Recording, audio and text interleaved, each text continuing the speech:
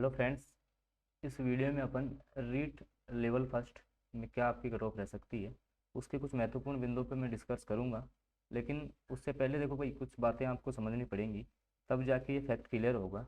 मैं आपके सामने एक पोल भी मैंने रख रखा है। देखो, ये है जीके सुभाष सर का। सुभाष चारण सर ने जो एक पोल करवाया था और उसमें एक रिकॉर्ड वोट आए हैं, 1,40,000 वोट इस पोल में आए हैं।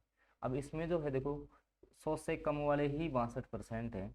और सोचो, आपको पता है टोटल जो आपके कैंडिडेट थे वो 1,89,, सॉरी, 1,89,000 थे। तो उसमें से जो लगभग 1,72,000 के लगभग ने एग्जाम दिया था, तो उसमें 62% 100 से कम बता रहे हैं। 100 से कम कितने भी आएंगे बताता हूँ, अभी बात करता हूँ मैं, देखिएगा। अब इसके आधार पर तो आपको ऐसा लग रहा होगा कि भाई 38 जो परसेंट है ना, वो तो 100 प्लस है। तो मैं आपको बताता हूँ रियलिटी। ये पोल जो था ना, वो शुरू में ही करवा दिया था। शुरू में ये डाला हुआ पोल है। तो उस टाइम में क्या है, बच्चे जो है, जैसे पेपर मिलान किया ही नहीं, आंसर किया ही नहीं, ओ मेरे 110 सही हो रहे हैं, 115 सही हो रहे हैं। लेकिन एक्चुअल जो पोजीशन पे आए ना, वो 110 115 वाले, तो उनके 95 भी नहीं बच रहे। ये सच्चाई है।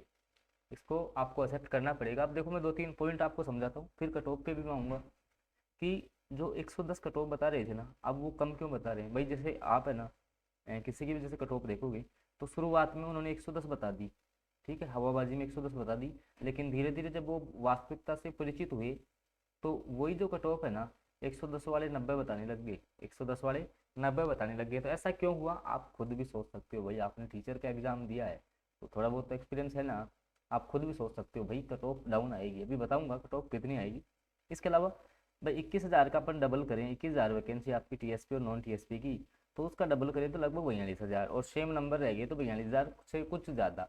इतने बच्चे डीबी के लिए पास किए जाएंगे, डॉक्यूमेंट वेरिफिकेशन के लिए इतने बच्चे पास होंगे।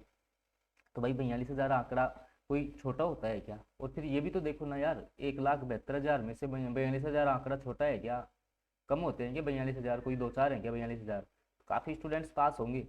तो क्या ये थोड़ी है कि आप ऊपर के, जैसे मान लो कि ऊपर के 100 स्टूडेंट हैं और जिनके 95 नंबर आ रहे हैं, तो आप 95 कट ऑफ बता दिए। ऐसा थोड़ी हो सकता है। उन 100 स्टूडेंट्स के आधार पर तय कर सकते हो कट ऑफ, नहीं होगी। आप देख लेना, रियलिटी है। फाइनल आंसर की में अब देखो भाई, फाइनल आंसर की में ऐसे है। अभी देखो, सबसे मुख्य जो मुद्दा राजस्थानी भाषा वाले क्वेश्चनों का चल रहा है, क्योंकि 8-10 क्वेश्चन है वो। अब उन पे क्या निर्णय आता है उस पर मैं बात नहीं करूंगा। जो निर्णय आएगा, जो भी निर्णय आएगा ना, वो उसके आधार पे, जैसे मान लो 8-10 कम होंगे तो किसी के एक आधे ज़्यादा कम होंगे या कम जो। अब इसके अलावा जो ऑब्जेक्शन वाले क्वेश्चन है, हाँ, हालांकि 3 से 4 क्वेश्चन का अभी भी वेरिएशन आएगा।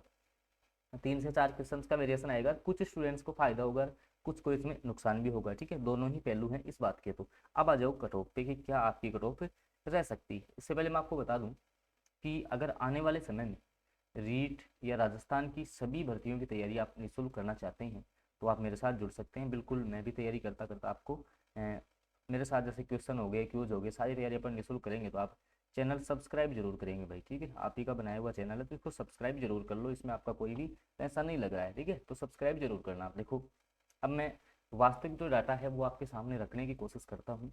और ये कोई ऑफिशियल कट ऑफ नहीं है, मेरे विचार हैं।